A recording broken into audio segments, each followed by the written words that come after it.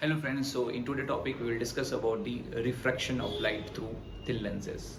So what happens when light passes through thin lenses? What behavior light shows after passing through thin lenses? We will discuss in detail.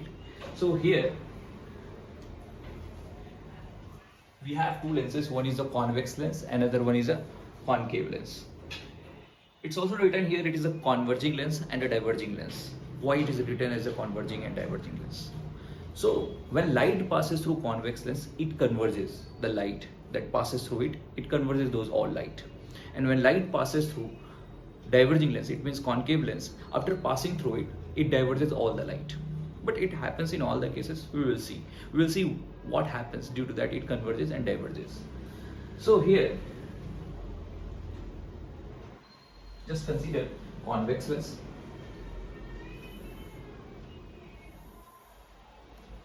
Now, let's consider that one ray of light that is incident on the convex lens. This ray of light that converges, that incident on the convex lens. And we know the Snell's law. What is the Snell's law? Snell's law tells us that when light passes from rarer to denser medium, it shifts towards the normal. And when it passes from denser to rarer medium, it shifts away from the normal. So here, I consider that outer surrounding of this lens is rarer medium. And this is made of the glass, so it is a denser. So outer surrounding I consider as a air. So air is optically rarer than the glass. Now here the normal line is in this direction. Normal means what? At that point, if I will draw the tangent, from the tangent, if a line that is making 90 degrees, that line is known to be the normal. Okay. Now when ray of light passing from rarer to denser medium, so according to Snell's law, it shifts towards the normal. So here normal is this one.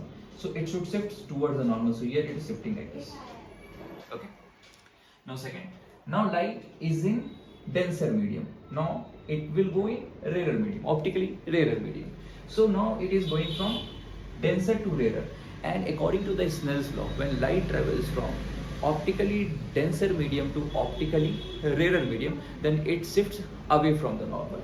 So here if I will draw the normal, so this is the normal here. Okay.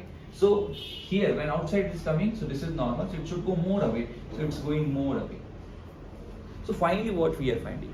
We are finding that ray of light that is passing through this lens, it converges at a point. Like that, if many rays will pass, those will converge at this point. That's why in this case we are saying that convex lens is a converging lens.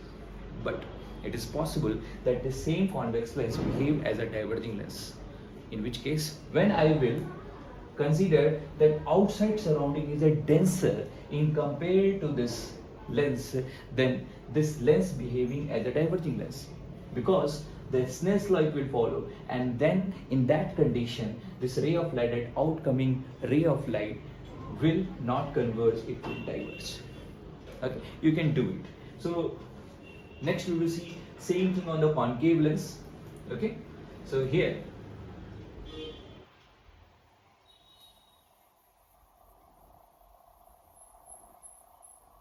if I will do same thing with a concave lens, what we will do here, concave lens we will take. Okay. Now when ray of light incident on the concave lens, like this, here what is the normal direction? A tangent you take, at this curve tangent you take a normal, you draw, that is making 90 degrees, so that normal will come like this. Now as you can see, I consider the outside surrounding is denser, optical denser in compared to the lens. So now light travels from denser to optically rarer medium, then it denser to rarer, then it should shift towards the normal. So here normal this side, so towards the normal like this. Okay. Now here if I will take the normal at this point, if I take the normal like this, normal is okay. Now it is going from denser to rarer, because when light travels from denser to rarer medium, then what happens? It should shift away from the normal. So normal is more away it will go. So it should go like this. So what we are finding, that when ray of light passing through concave lens and outer surrounding is optically rarer than lens, then ray of light diverges the light. That's why normally in general case what we are finding, that concave lens is a diverging lens. But if you will make the surrounding more optically denser than the lens, then the same lens will behave as a converging lens. Here concave lens will behave like as a converging lens. So I understood that you are getting the idea that how the lens refracted those light, those passes through it. Now we will go for the next. Here we will discuss about the sign convention. What is the sign convention of the lens? So sign convention here simple. For example, if this is the lens and you're keeping the object in front of it, so light ray will always come in from the object side. So this is the object and light will come from this side. Okay. So just keep in mind one thing, that all the measurement in the direction of incident ray. So see here, you consider object and from the object only light rays will come. So if this is the object, so light rays will always come from the object only. So incident ray will always come from what? Object side only. Okay. Next, all the measurement you should take from the optical center. So see, this is the optical center of the light. This O is the optical center of the light. So all the measurement, that means starting point, the reference point is your optical center. So all the measurement should start from the optical center. So now second point is that first point is incident ray is always coming from the object side. So this is the direction of the incident ray. If you will take same object this side, so this will be the direction of the incident ray. Okay, and your measurement will start from always from optical center. Now next point is that in the direction of incident ray, so in the direction of incident ray your measurement will start from here. So in the direction of incident ray all the measurement will be positive. All the measurement will be positive. And opposite direction of the incident ray, so your measurement will start from optical center, and opposite direction of incident ray means in this direction. In this direction all the measurement will be negative. Okay, so simple. What you have to keep in mind, you have to keep in mind that incident ray will always come in from the object side. Your measurement should start from the optical center. All the measurement should start from optical center. Okay, in the direction of the incident ray all the measurement will be positive. In the opposite direction of the incident ray all the measurement will be negative. Correct? Okay. Next, this is the principal axis. This line is a principal axis. Above the principal axis whatever the measurement you will take, that is positive. Like you have to consider the height of the object. So if you are keeping the object like this, okay, so the height of the object will you consider positive. And if its image is forming like this, so it is forming below the principal axis, so its height measurement you will take in negative, with the negative sign. Okay, so all the measurement above the principal axis with the positive sign, all the measurement below the principal axis with the negative sign. Okay, the same thing you will do with the concave lens also. Here also all the measurement in the direction of incident ray is positive, in opposite direction of the incident ray is negative. Above the principal axis all the measurement is positive, below the principal axis all the measurement is negative. Your measurement always start from the optical center. If you are keeping the object this side, incident ray will come this side. If object same thing you keep that side, the incident ray will come from that side. Is it clear? So very simple. Okay, so in this way we can take a sign convention, and whenever we will use the lens formulae, that time we should put the values, knowing values with the sign. Okay, so now we will go for next concept.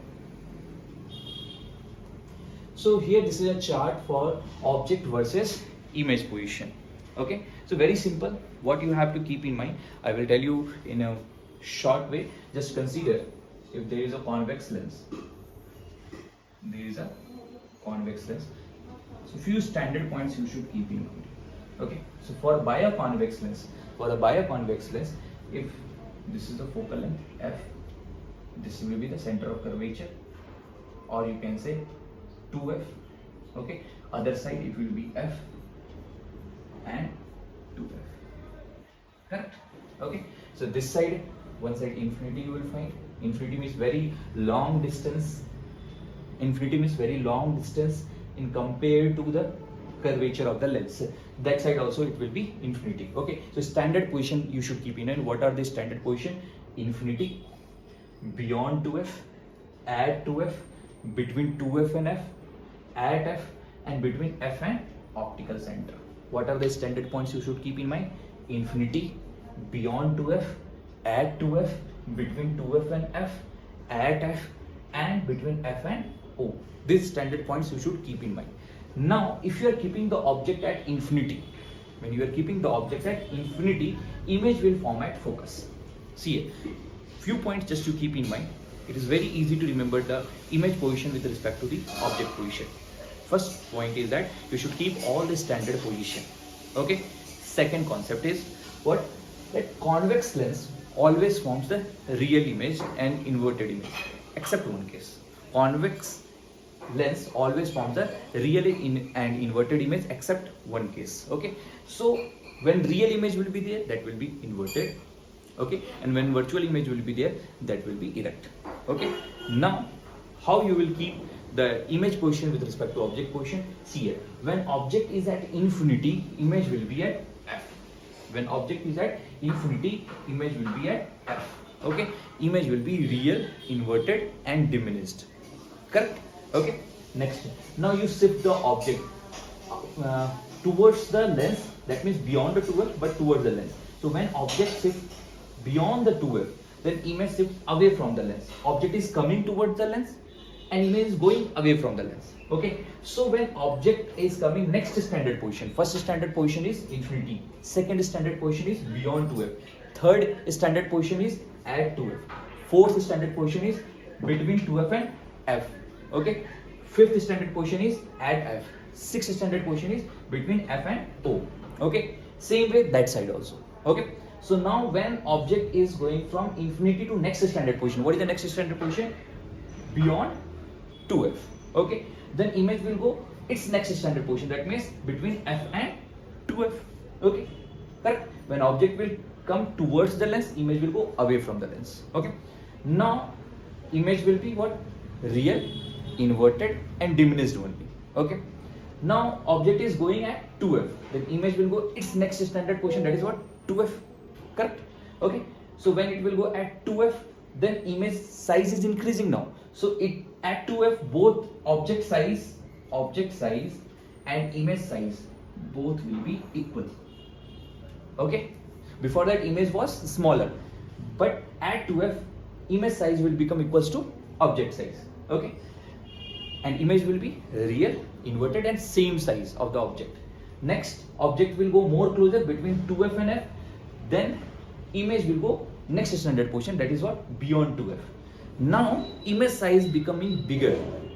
Okay. It's now it was equal to the object size, now it is bigger, magnified image you will get, real, inverted and magnified image. Now next standard position is that object will come at f, so image will go this is standard next standard position, that is what? Infinity. Now how image will be? It will be real, inverted and very large in size. Okay. So like that you will get at different position you keep the object, you are getting the image position. Last position is that when object is between f and o. When object is between f and o, that means between focus and optical center, then the image will come same side of the object. That means if object is here, then image will form somewhere. Okay. But that image will be what? Virtual, erect and magnified. So that chart is given here. Okay. So you can see that when object is an infinity, type of image is what? Inverted, real, diminished. Image distance when what? When image is at focus. Object of lens of telescope, that means usage, these applications are given. So you can see at different positions of the object, image positions are given. Okay. Now we'll go for next point. Ray diagram. So it is very important. Whenever you know that how, that means where keeping the object is with respect to that where image is forming, but how to draw the ray diagram. You should just keep 3 standard ray diagram. If you are knowing those 3 standard ray diagram, you can draw any ray diagram. Okay. Now see here. First, for convex lens, I am discussing about convex lens. Let's see here. Just consider one convex lens. Now, this is the principal axis that is passing through optical center. Whenever any ray that is passing through parallel to the principal axis. So generally what happens? After passing, it will converge and passes through the focus. Correct? This is the first ray diagram that you have to keep in mind. Next one.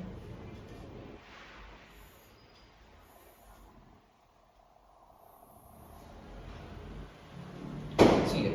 Any ray of light that is passing through optical center, that will go without deviation. See here, if it is optical center, if it is passing through optical center, it will go without deviation. Okay. And third one,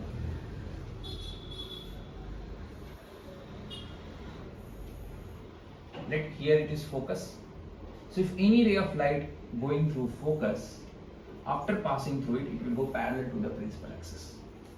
So this three ray diagram, if you know, you can draw any ray diagram. I will give you just example. For example, if any object is at 2f,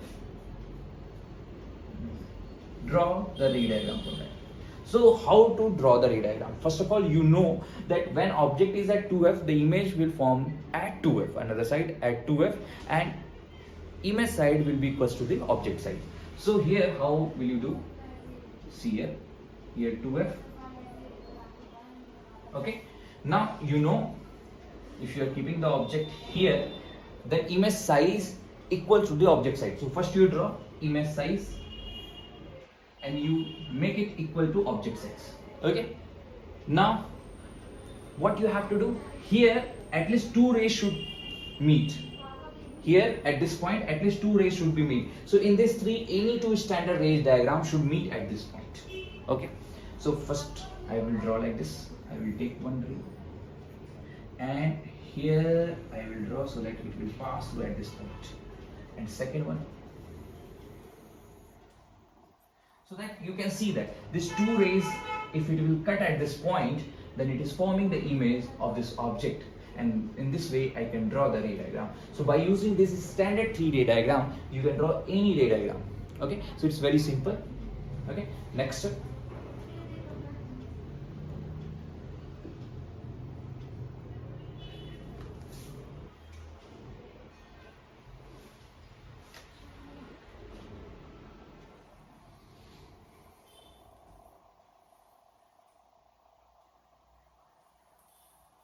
Okay, next one is lens formula and magnification. So lens formula, as mere formula was 1 by v plus 1 by u equals to 1 by f, lens formula is 1 by v minus 1 by u equals to 1 by f, where v is the image distance, u is the object distance, and f is the focal length. Okay, and all the measurement you will start from the optical center, and magnification is height of image divided by height of object. Magnification tells that how much image is bigger than the object. Okay, and m equals to v by u. Also you can say in mirror case m equals to minus v by u. For the lens, m equals to v by u. So I just given the basic understanding about the refraction of light through lenses. I thought you understood all the things. If any doubt is there, you can message me in inbox. Thank you.